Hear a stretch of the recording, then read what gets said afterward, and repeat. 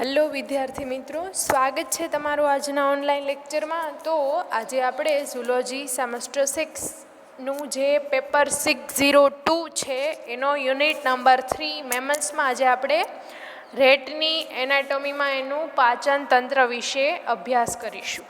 તો digestive system off rate, તો આ એની ફિગર છે. જે રેટનું પાચન તંત્ર છે એ માઉથ ટુ એના સુધી લંબાયેલું હોય છે, એટલે કે મુખથી શરૂ કરીને છેક મળદ્વાર સુધીનું હોય છે. કે રેટનું જે પાચન તંત્ર હોય છે એ એલિમેન્ટરી કેનાલ અને ડાયજેસ્ટિવ ગ્લેન્ડ્સથી બનેલું હોય છે. એટલે કે પાચન તંત્રમાં અન્નમાર્ગ અને સહાયક જે પાચક ગ્રંથિ આવેલી હોય છે એનો સમાવેશ થાય છે. પાચન માર્ગના પોલણમાં શું થાય કે ખોરાકનું ડાયજેશન થાય છે, જ્યારે આ સહાયક પાચક ગ્રંથિ હોય છે ડાયજેસ્ટિવ ગ્લેન્ડ, કે એના સ્પેસિફિક એન્ઝાઇમ્સ અને એના ડાયજેસ્ટિવ જ્યુસ હોય એનું સિક્રિશન એલિમેન્ટરી કેનાલમાં કરે, જે ખોરાકના પાચનમાં શું થાય છે, મદદરૂપ થાય છે. હવે ઉંદરનો પાચન માર્ગ જોઈએ તો કેવો છે, લાંબો અને જુદા જુદા ડાયામીટરની ગૂંચળાકાર નળીનો બનેલો હોય છે. પાચન માર્ગમાં મુખદ્વાર, પૂર્વમુખ ગુહા એટલે કે બકલ કેવિટી, કંઠનળી, અન્નનળી, જઠર, આંતરડું, મોળાશયનો સમાવેશ થાય છે. અને પાચક ગ્રંથિમાં જોઈએ તો સેલિવરી ગ્લેન્ડ છે, જઠરીય ગ્રંથિ છે, યકૃત, પેનક્રિયાઝ અને આંતરડાની જે ગ્રંથિઓ હોય છે એનો સમાવેશ થાય છે. ઓકે, તો સૌથી પહેલાં જોઈએ આપણે માઉથ, કે it is a transverse aperture guarded by upper lips and lower lips. કે જે આ મુખ હોય છે એ પાચનમાર્ગની શરૂઆત જ મુખથી થાય છે, અને શરૂઆતમાં જે એનો મોઢાનો શીર્ષનો ભાગ હોય છે એની છેડે સહેજ નીચેની બાજુએ મુખદ્વાર આવેલું હોય છે. એ પ્રમાણમાં કેવું હોય છે, નાની આડી ખાંચ જેવું કોમળ હલનચલન કરતા વાળના આવરણ દ્વારા ઉપલા અને નીચલા હોઠની વચ્ચે આવેલું હોય છે. હોઠની બહારની સપાટી પર ત્વચાનું અને અંદરની સપાટી પર શેનું હોય છે, શ્લેષ્મનું આવરણ આવેલું હોય છે. ઉપલા હોઠની મધ્યમાં આવેલી ઊભી ચિરાડની નીચેની બાજુએ મુખદ્વાર અને ઉપરની બાજુ જે એના નસકોરા આવેલા હોય એના છિદ્રો એ ત્યાં સુધી લંબાયેલું હોય છે એ મુખદ્વાર, અને તે બે ભાગમાં વિભાજિત થાય છે. અને ઊભી ચિરાડમાં શું આવેલા હોય છે, એના દાંત આવેલા હોય છે. ઓકે, તો હવે જોઈએ આપણે બકલ કેવિટી જોઈએ કે શું ધરાવે છે. આપણે એની વેસ્ટિબ્યુલની વાત તો કરી કે નેરો સ્પેસ હોય, બે ઉપરના અને નીચલા હોઠની વચ્ચે આવેલું હોય, નાની આડી ખાંચ જેવી ધરાવતું હોય. પછી બકલ કેવિટીમાં એનું માઉથ હોય છે એ શું હોય છે, બાઉન્ડેડ હોય છે, કે તેમાં તાળવું, જીભ અને દાંતનો સમાવેશ થાય છે, અને કેટલીક શ્લેષ્મ ગ્રંથિઓ પણ આવેલી હોય છે. ઓકે, કે છતમાં તાળવું, નીચેની બાજુએ ગળું હોય છે, અને પાર્શ્વ બાજુએ બે શું હોય છે, જડબા આવેલા હોય છે, પેલેટ આવેલું હોય છે. અને પશ્વ બાજુએ શું આવેલું હોય છે, એની ઇસોફેગસ, કંઠનળી આવેલું હોય છે.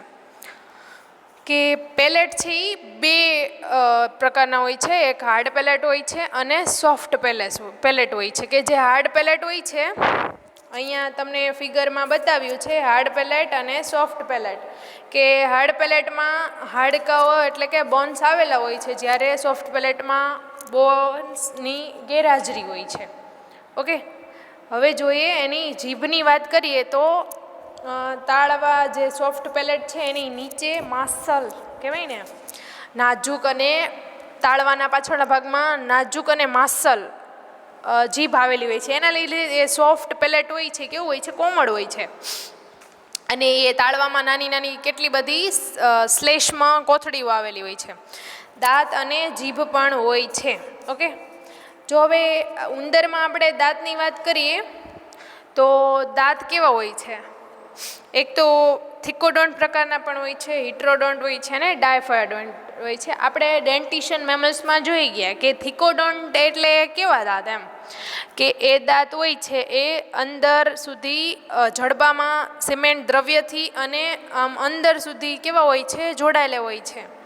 અને અંદર એનું નર્વ સપ્લાયિંગ, પછી બ્લડ વેસલ્સ એ પણ આવેલી હોય છે. ઓકે, તો એ કેવા હોય છે, થિકોડોન્ટ હોય છે અને મજબૂત પ્રકારના હોય છે. અને હિટ્રોડોન્ટ એટલે એના દાંત હોય છે એના પ્રકાર અલગ અલગ હોય છે. ઇન્સીઝર છે, કેનાઇન છે, પ્રીમોલાર છે અને મોલાર છે. અલગ અલગ પ્રકારના 4 પ્રકારના દાંત હોય તો કેવું કહેવાય એને? હિટ્રોડોન્ટ પ્રકારના. અને થર્ડ છે ડાયફાયોડોન્ટ, એટલે કે એના જીવન પર્યંત દાંત 2 વાર આવે છે. ફર્સ્ટ તો milk teeth and second permanent teeth. Okay, હવે આપણે એનું ડેન્ટલ ફોર્મ્યુલા જોઈએ. એનું ડેન્ટલ ફોર્મ્યુલા કેવું હોય છે? ઇન્સીઝર, કેનાઇન, પ્રીમોલર અને મોલર કેવી પ્રેઝન્ટ હોય છે?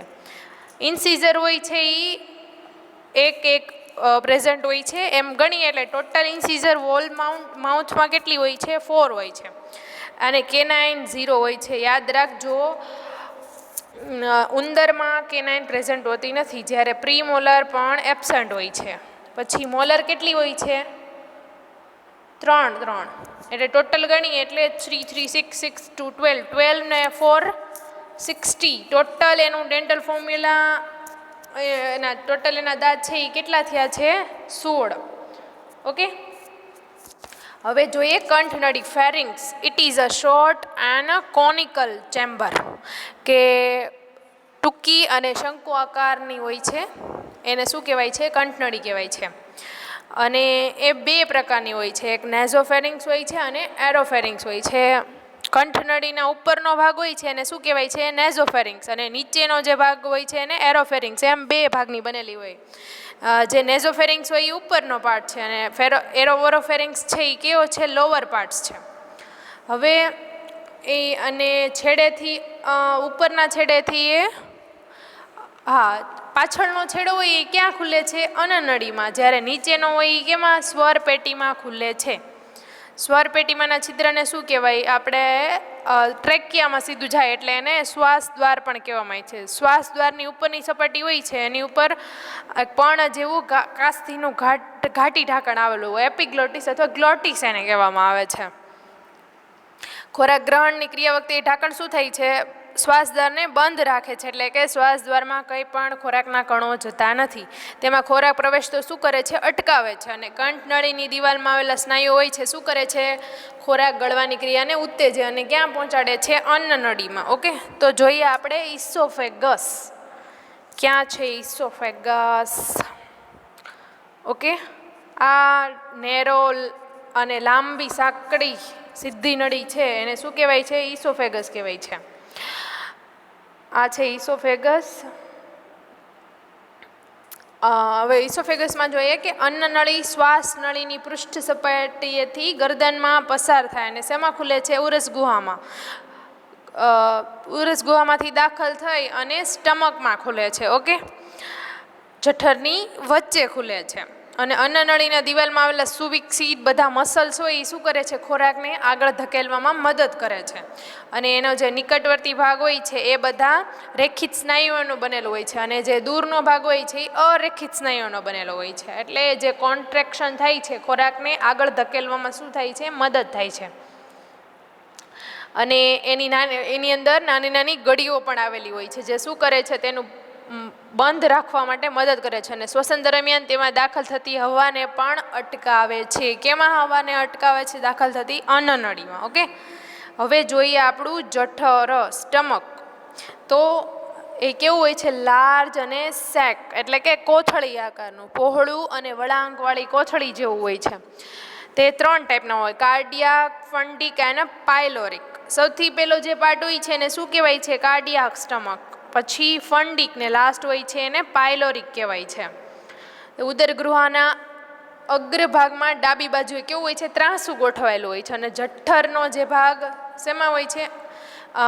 અન્નનળીનો જે ભાગ હોય એ ક્યાં ખુલે છે? જઠરમાં ખુલે છે. તે હૃદયગામી જઠર અને ભાગમાં આંતરડું જઠર સાથે જોડાય છે. એટલે કીધું ને, કાર્ડિયાક સ્ટમક હોય એ આંતરડા સાથે એને જોડે છે. તે અને જઠરનો મધ્ય ભાગ હોય એને શું કહેવાય છે? ફંડિક, એટલે જઠરનો દેહ પણ એને કહેવાય. અને અન્નનળી પ્રવેશ આગળ જઠરનો હૃદયગામી ભાગ કેવો હોય છે? વિસ્તૃત થાય છે.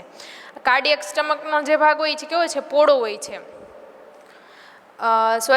પેલો જે ફંડિક હોય છે એ મોટો પોળો ભાગ હોય છે, જ્યારે કાર્ડિયાક હોય છે એ સાંકડો હોય છે. ઓકે, અને અન્નનળીમાં જે જઠરમાં ખુલે ને ત્યાં એક હૃદયગામી છિદ્ર આવેલું હોય, કાણું આવેલું હોય, ત્યાં શું હોય છે, વાલ આવેલો હોય છે, જે ખોરાકને પાછો ઉપર જતાં શું કરે છે, અટકાવે છે. અને નિજઠર વાલ પણ આવેલા હોય છે કે એ જઠર અને આંતરડાની વચ્ચે આવેલા હોય છે. ઓકે, આ છિદ્રવાલથી રક્ષાયેલું હોય છે. અપાચિત જે ખોરાકનું આંતરડામાં જતાં શું કરે છે, અટકાવે છે. બંને વાલ હોય એ શેના બનેલા હોય છે, મસલ્સના બનેલા હોય છે. હવે જોઈએ આપણે નાનું આંતરડું. ઓકે, સ્મોલ ઇન્ટેસ્ટાઇન એ 3 ભાગનું બનેલું હોય છે, ડિયોડેનમ, જેજેનમ એન્ડ ઇલિયમ. નળી જેવું ગુચળાકાર 100 થી લઈને 120 સેન્ટીમીટર લાંબુ હોય. પાચન માર્ગનો સૌથી લાંબામાં લાંબો અને જ્યાં પાચન અને શોષણ થાય છે, ક્યાં, નાના આંતરડામાં બહુ મોટો અને લાંબો હોય છે. જઠરની પાછળ આવેલા ભાગને શું કહેવાય છે, ડિયોડેનમ. પછી એની પછીનો જે ભાગ હોય છે એને નાનો પાછળનો ભાગ હોય એને ઇલિયમ, હાવ લાસ્ટનો હોય, અને વચ્ચેનો હોય એને જેજેનમ. એટલે કે આપણે કહીએ ને શેષાંત્ર, મધ્યાંત્ર અને અધ્યાંત્ર. ઓકે, તો આમાં મોટા ભાગનું પાચન હોય છે એ નાના આંતરડામાં પૂર્ણ થાય છે, અને એના પછીનો જે ઉત્પન્ન થયેલો જે ખોરાક હોય એ ક્યાં જાય છે, લાર્જ ઇન્ટેસ્ટાઇનમાં જાય છે. ઓકે, લાર્જ ઇન્ટેસ્ટાઇનમાં મોટા ભાગે ખોરાકમાંથી પાણીનું અથવા જે લિક્વિડ ફોર્મેશન હોય એનું બધાનું શોષણ જ થતું હોય, એબ્ઝોર્પ્શન થાય છે. ત્યાં પાચન થતું નથી, કારણ કે મોટાભાગનું પાચન અને શોષણ હોય છે એ બધું નાના આંતરડામાં પૂરું થઈ ગયેલું હોય છે. ઓકે, લાર્જ ઇન્ટેસ્ટાઇન છે એ 2 ભાગનું બનેલું હોય છે, એક તો કોલન અને રેક્ટમ, એટલે કે અંધ્યાંત્ર. 15 થી લઈને 20 સેન્ટીમીટર, ક્યારેક ક્યારેક 25 સેન્ટીમીટર સુધી પણ લાંબુ હોય છે, અને લીલા રંગની લાંબી નળી હોય છે. અને એનો છેલ્લો ભાગ હોય છે શું હોય, શેમાં ખુલે છે, મળાશયમાં. રેક્ટમ કોલોન હોય છે, રેક્ટમ પછીનો ભાગ એ કોલોન એ મળાશયમાં ખુલે છે. ઓકે, અધ્યાંત્ર જોઈએ તો આપણે કેવું હોય છે, ચપટું હોય છે અને 25 મિલીમીટર લાંબુ હોય છે, અને કોથળી જેવી રચના ધરાવે. તે દૂરસ્થ શંકુ આકારનો ભાગને આંધ્રપુચ્છ પણ કહેવાય છે. તેની પશ્વ દિવાલમાં લસિકા પેશી, એટલે કે જેટલી લિમ્ફેટિક ગ્લેન્ડ્સ હોય છે તે જોવા મળે છે. ઓકે, અને હવે જોઈએ એનસ, મળદ્વાર લાસ્ટ પૂંછડીના તલસ્થ ભાગમાં આવેલું હોય, અને મળદ્વારની ફરતે અવરોધક સ્નાયુ આવેલા હોય છે. શું આવેલું હોય છે, અવરોધક સ્નાયુ. તો આ હતું એલિમેન્ટરી કેનાલ, કે જે બધા અલગ અલગ ડાયાફ્રામ અને અલગ અલગ સાઇઝની ગુચળાકાર નળીની બનેલી હોય છે. હવે જોઈએ આપણે ડાયજેસ્ટિવ ગ્લેન્ડ, કે સહાયક પાચક ગ્રંથિઓ કઈ કઈ હતી, કે એમાં લાળ ગ્રંથિ, જઠરીય ગ્રંથિ, યકૃત, સ્વાદુપિંડ અને આંતરડાની જે ગ્રંથિઓ હોય છે એ બધાનો સમાવેશ થાય છે. તો સૌથી પહેલી આપણે જોઈએ સેલિવરી ગ્લેન્ડ, એટલે કે લાળ ગ્રંથિ. તો ઉંદરમાં 3 જોડ લાળ ગ્રંથિ જોવા મળે છે. પહેલી છે સબમેક્ઝિલરી, બીજી છે સબલિંગ્યુઅલ, અને ત્રીજી છે પેરોટીડ, એટલે કે અધોહનુ, અધોજીહવા અને ઉપકર્ણ. ઓકે, એમાંની આપણે પહેલી જોઈએ અધોહનુ, કે એ લાળ ગ્રંથિ સૌથી મોટામાં મોટી હોય છે. આ પહેલી છે, અને ક્યાં આવેલી હોય છે, તે ગરદનની વક્ષ સપાટીએ જડબા અને જે ઉરોસ્થિ હોય ને ત્યાં સુધી એ લંબાયેલી હોય છે, ત્યાં સુધીની લાંબી હોય છે. અને તેની નલિકાઓ મુખગુહામાં આવેલા છેદક દાંત હોય ને એને નીચેના ભાગમાં ખુલે. કઈ, અધોહનુ. પછી જોઈએ અધોજીહવા, એ પહેલાંની કમ્પેરિઝનમાં નાની હોય, અને આ લાળ ગ્રંથિની અગ્ર પાર્શ્વ બાજુએ આવેલી હોય. પહેલી હોય ને એની કરતાં અગ્ર પાર્શ્વ બાજુ, કઈ, અધોહનુની બાજુમાં આ અધોજીહવા આવેલી હોય. અને એની નલિકાઓ જીભની નીચે ખુલે છે, કારણ કે જીહવા એટલે જીભ થાય. સબલિંગ્યુઅલ. ઉપકર્ણ ગ્રંથિ હોય છે પેરોટીડ, વિસ્તૃત અને ચપટી હોય છે, અને ગરદનના વક્ષ ભાગમાં આવેલી હોય, અને કોની પાછળ હોય છે, કર્ણપટલથી લઈને સ્કંધ સુધી લંબાયેલી હોય છે. અને ક્યાં ખુલે છે, મુખ ગુહામાં દાઢની સામે ખુલે છે, જે મોલાર આવેલી હોય છે તેની સામે ખુલે છે. અને લાળ ગ્રંથિ છે શેનો સ્ત્રાવ કરે, તો એ આલ્કલીય લાળ રસનો સ્ત્રાવ કરે છે. અને એમાં શું હોય છે, ટાઇલિન નામનો એન્ઝાઇમ આવેલો હોય છે. ઓકે, પછી જોઈએ આપણે ગેસ્ટ્રિક ગ્લેન્ડ, જઠરીય ગ્રંથિ છે. મોટા ભાગે જઠરીય ગ્રંથિ હોય છે બધા શું કરે છે, જઠરનો પોલાણ હોય છે એમાંથી એસિડિક જે સ્ત્રાવ હોય એનો શું કરે છે, સ્ત્રાવ કરે છે, એસિડિક સ્ત્રાવ કરે છે મોસ્ટલી. એસિડિક એને સ્ટમક રસ પણ કહેવાય, જઠર રસ પણ કહેવાય એમ. અને બહુ જ ઝાઝી બધી આવેલી હોય છે. ક્યાં ખૂંચેલી હોય છે? જઠરની દિવાલમાં. અને કહેવાય ને માઇલ્ડ HClનું પણ સિક્રિશન કરે છે, જે શું કરે છે, ઇનએક્ટિવ એન્ઝાઇમ પેપ્સિનોજન હોય છે એને એક્ટિવ ફોર્મમાં કન્વર્ટ કરે છે. પછી રેનિન અને બીજા બધા શ્લેષ્મા પણ આવેલા હોય છે. હવે જોઈએ લીવર, યકૃત, largest gland of the body. સૌથી મોટામાં મોટી પાચક ગ્રંથિ હોય તો કઈ છે? યકૃત, લીવર. તે ગર્ભમાં પાચન નળીના બહુરુદ્ધ ભેદ તરીકે વિકાસ પામે છે. ફ્યુઝન ગ્લેન્ડ, તે સઘન ઘેરા કથ્થાઈ રંગની હોય છે અને તેની અગ્ર સપાટીએ બહિર્ગોળ હોય છે અને ઉદરોદર પટલના પાછળના અંતર્ગોળ ભાગમાં બંધ બેસતી આવે છે. જોઈએ અહીંયા આપણે તો આ છે લીવર. ક્યાં આવેલી હોય છે? ઉદરોદર પટલના પાછળના ભાગમાં અંતર્ગોળ ભાગમાં બંધ બેસતી હોય છે. જો આમાં દેખાય છે અંતર્ગોળ ભાગમાં બંધ બેસતી. ઓકે, તો એના 4 ખંડ હોય છે. તો જોઈએ આપણે ક્યાં ક્યાં એના 4 ખંડ હોય છે. તો પેલું છે લેટરલ, ઓકે, પશ્વખંડ, મીડિયન, મધ્યખંડ. ત્રીજો છે રાઇટ લેટરલ એટલે કે જમણો પાર્શ્વ, અને પછી હે કોડલ લોબ અથવા એને ડાબો પાર્શ્વ પણ કહી શકો. ઓકે, તો આ હતા એના 4 ખંડની બનેલી હોય છે. શું? યકૃત. અને સૌથી મોટામાં મોટી હોય છે અને શેનો સ્ત્રાવ કરે છે? યકૃત હોય એ હંમેશા પિત્તરસનો સ્ત્રાવ કરે છે અને પિત્તરસનો સ્ત્રાવ યકૃત કરે ને શેમાં સંગ્રહ પામે? પિત્તાશયમાં, ગોલ બ્લેડરમાં. પણ એક વાત યાદ રાખજો કે ઉંદરમાં ગોલ્ડ બ્લેડર એબસન્ટ હોય છે. પિત્તરસ હોય છે આ એ કેવું હોય છે? પીળાશ પડતું લીલા રંગનું કેવું હોય છે? આલ્કલીય લિક્વિડ હોય છે. અને યકૃતના બધા લોબ હોય એમાંથી પિત્ત નલિકાઓ બધી કોમન ભેગી મળી અને એક બધી સેપરેટ હોય છે, બધી કોમન ભેગી થઈ જાય છે. અને એ શેમાં ખુલે છે? પક્વાશયમાં ખુલે છે.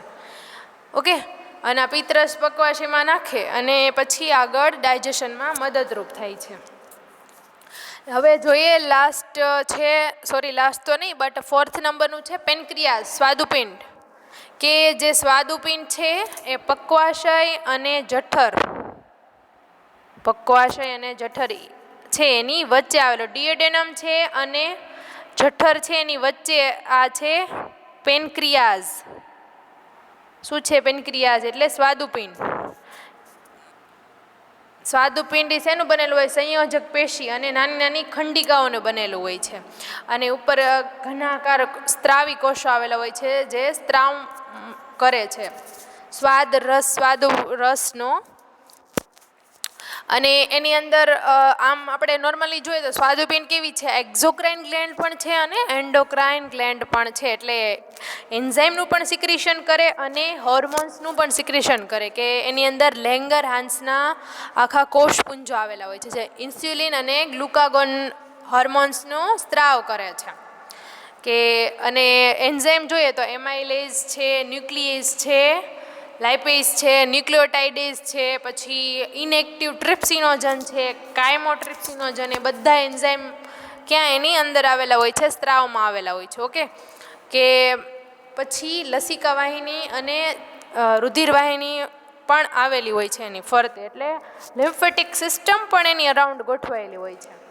લાસ્ટ જોઈએ તો આંતરડાની ગ્રંથિઓ કઈ, કેમ પેલી ગેસ્ટ્રિક ગ્લેન્ડ હતી એમ કઈ છે? ઇન્ટેસ્ટિનલ ગ્લેન્ડ પણ આવેલી હોય છે. કે એની આંતરડાની દિવાલમાં હોય છે નાની નાની ગ્લેન્ડ આવેલી હોય, બધા પોતાનો સ્ત્રાવ પણ કરે છે એમ. અને ક્યાં ઠાલવે છે? આંતરડાના પોલાણમાં ઠાલવે. એ બધા ઉત્સેચકો અને શ્લેષ્મા પણ હોય. ઉત્સેચકો છે એ ડાયજેશનમાં મદદ કરે, જ્યારે શ્લેષ્મા હોય છે ખોરાકને આગળ ધકેલવામાં મદદ કરે છે. ઓકે, તો આ હતું આપણું ઉંદરનું ડાયજેસ્ટિવ સિસ્ટમ. તો આપણે એની ફિગર પહેલાં એકવાર જોઈ લઈએ.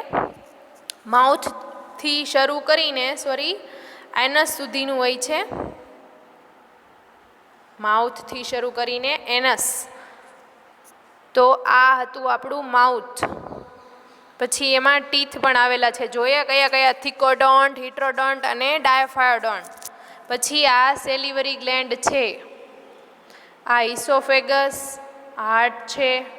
સર્ક્યુલેટરી સિસ્ટમમાં આપણે હાર્ટની વધારે વિગતવાર ચર્ચા કરીશું. આ ડાયાફાર્મ છે અને એને અંતરગોળાકાર આ લીવર આવેલું છે, આપણે જોયું. ઓકે, પછી આ છે જઠરીય શેક લાઇક રચના, કોથળી જેવી. પછી જુઓ આ ડિયોડેનમ અને આ છે જઠર, એની વચ્ચે શું આવેલું છે? પેનક્રિયાઝ છે. પછી આ લાંબુ છે સ્મોલ ઇન્ટેસ્ટાઇન, કે એનું ડિયોડેનમ, જેજેનમ, બધું ઇલિયમ, એ બધા એના પાર્ટ્સ છે. પછી આ છે સિકમ અને આ છે લાર્જ ઇન્ટેસ્ટાઇન, અને એના પણ પાર્ટ પડે છે, રેક્ટમ, કોલોન, અલગ અલગ. અને ક્યાં ખુલે છે? એનસમાં. તો આ હતું digestive system off rate. Digestive system off rate. અને એલિમેન્ટરી કેનાલ અને ડાયજેસ્ટિવ ગ્લેન્ડ બંનેનો સમાવેશ થાય છે, જેનું તમારે ડિટેલમાં વર્ણન કરવાનું રહેશે. ફિગર દોરવાની, પછી એના વિશે માઉથથી લઈને એનસ સુધી એના બધા પાર્ટ્સ વિશે ચર્ચા કરવાની. Okay, thank you.